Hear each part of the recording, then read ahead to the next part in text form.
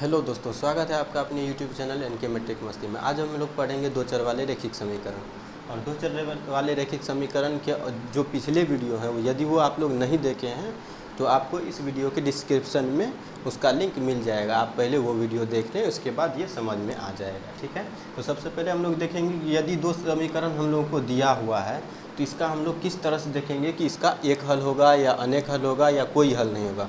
और इसका जो ग्राफ बनाएंगे वो किस तरह का होगा, प्रतिच्छेदी होगा या समांतर होगा या समपाती होगा। तो इसके लिए कंडीशन है, सबसे पहला कंडीशन है कि यदि दो समीकरण दिया हुआ तो इसमें a1 बटा a2 बराबर यदि नहीं है b1 बटा b2 का, तो इसका ग्राफ किस तरह का बनेगा। तो इसका ग्राफ बनेगा प्रतिच्छेदी। ठीक है, प्रतिच्छेदी का मतलब इसका ग्राफ इस तरह से बनेगा, यानी एक दूसरे को कट करेगा। ठीक है, एक दूसरे को क्या करेगा, कट करेगा। और इसका हल जो होगा केवल एक हल होगा, केवल एक हल होगा। ठीक है, या नहीं तो इसको हम लोग बोल सकते हैं द्वितीय हल। ठीक है, अब दूसरा कंडीशन क्या होगा। तो दूसरा कंडीशन आपका होगा कि जब a1 बटा a2 बराबर हो जाएगा b1 बटा b2 बराबर हो जाएगा c1 बटा c2, तो इस कंडीशन में क्या होता है, ये समपाती हो जाता है। क्या हो जाता है, समपाती हो जाता है। और ये समपाती का मतलब होता है कि दोनों समीकरण का जो लाइन है वो एक दूसरे पर ओवरलैप हो जाएगा, यानी कि एक ही रेखा पर दोनों रेखा हो जाएगा। ठीक है, तो इसको हम क्या कहेंगे, समपाती कहेंगे। और इसका क्या होगा, अनेक हल हो जाता है। क्या हो जाता है, अनेक हल। अनेक हल यानी एक से अधिक हल हो जाता है, यानी कहीं पर भी सभी लाइन क्या हो जाएगा, इसका आंसर हो जाएगा। जैसे इसमें एक ही हल का जहाँ पर काट करेगा वही उसका आंसर हो जाएगा, एक ही हल। और इसमें अनेक हल, क्योंकि पूरा यानी दोनों रेखा एक ही रेखा पे से गुजरता है। ठीक है, और तीसरा आपका कंडीशन होता है यदि a1 बटा a2 बराबर b1 बटा b2 बराबर नहीं है c1 बटा c2, तो ये आपका क्या हो जाता है, समांतर हो जाता है। क्या हो जाता है, समांतर हो जाता है इसका ग्राफ। और यदि किसी दो समीकरण का ग्राफ यदि समांतर हो जाता है तो इसमें क्या हो जाएगा, यानी कि इसका रेखा इस तरह से गुजरेगा, एक दूसरे के समांतर गुजरेगा। तो ये तो कि एक दूसरे को कहीं पर कट ही नहीं कर रहा है। यदि कट नहीं करेगा तो इसका कोई हल होगा ही नहीं।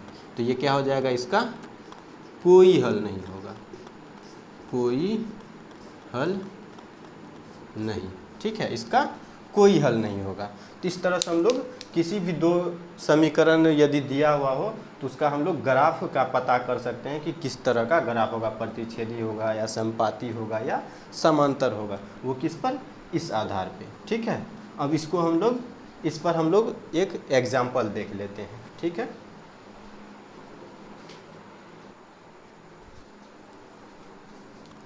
अब देखिए आपका क्वेश्चन इस तरह से रहेगा कि दो इक्वेशन हम लोगों को दिया हुआ है। ठीक है, ये पहला इक्वेशन है और ये दूसरा इक्वेशन है।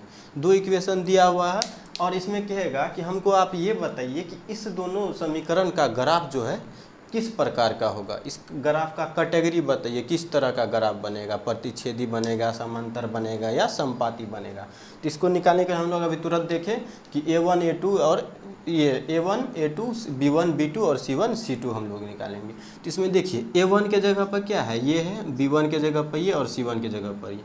तो यहाँ पर हम लोग लिख देंगे कि दिया है। ठीक है, दिया है a1 बराबर क्या हो गया आपका 4, b1 बराबर क्या हो गया 3 और c1 बराबर क्या हो गया आपका 2 हो गया। ठीक है, अब फिर उसी तरह से a2 आपका क्या हो जाएगा, a2 हो जाएगा x का गुणज 8 और b2 क्या हो जाएगा y का गुणज। b2 बराबर क्या हो गया 2 है और c2 बराबर क्या है तो 3 है। ठीक है, c2 बराबर 3।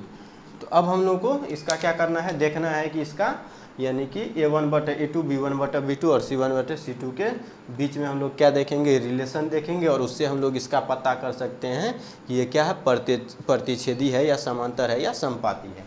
तो इसके लिए हम लोग देखेंगे क्या करेंगे, A1/A2 सबसे पहले निकालेंगे। तो A1/A2 क्या हो जाएगा, 4/8। तो इसको कटाएंगे 2 यानी 1/2। अब देखिए B1/B2 हम लोग निकालेंगे, B1/B2। तो B1 कितना है, 3 है, और ये क्या है, 2 है। तो ये तो कटेगा नहीं। तो अब यहाँ पर हम लोग देख सकते हैं कि A1/A2 क्या है, 1/2 है, और B1/B2 क्या है, 3/2 है। तो ये दोनों तो इक्वल नहीं है। तो इससे हम लोग कह सकते हैं, इसीलिए A1/A2 बराबर नहीं है B1/B2। तो ये क्या हो जाएगा, इसका ग्राफ किस तरह का हो जाएगा, तो यदि ये कंडीशन में क्या बताए थे, तो ये प्रतिच्छेदी हो जाएगा। क्या हो जाएगा, प्रतिच्छेदी हो जाएगा। और इसका क्या होगा, हल किस प्रकार का होगा, तो केवल एक हल, केवल एक हल होगा।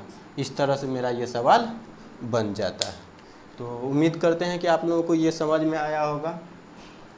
तो इस वीडियो में इतना ही। यदि आप लोगों को वीडियो अच्छा लगे तो लाइक करें, शेयर करें और सब्सक्राइब करें, अपने दोस्तों को शेयर करें।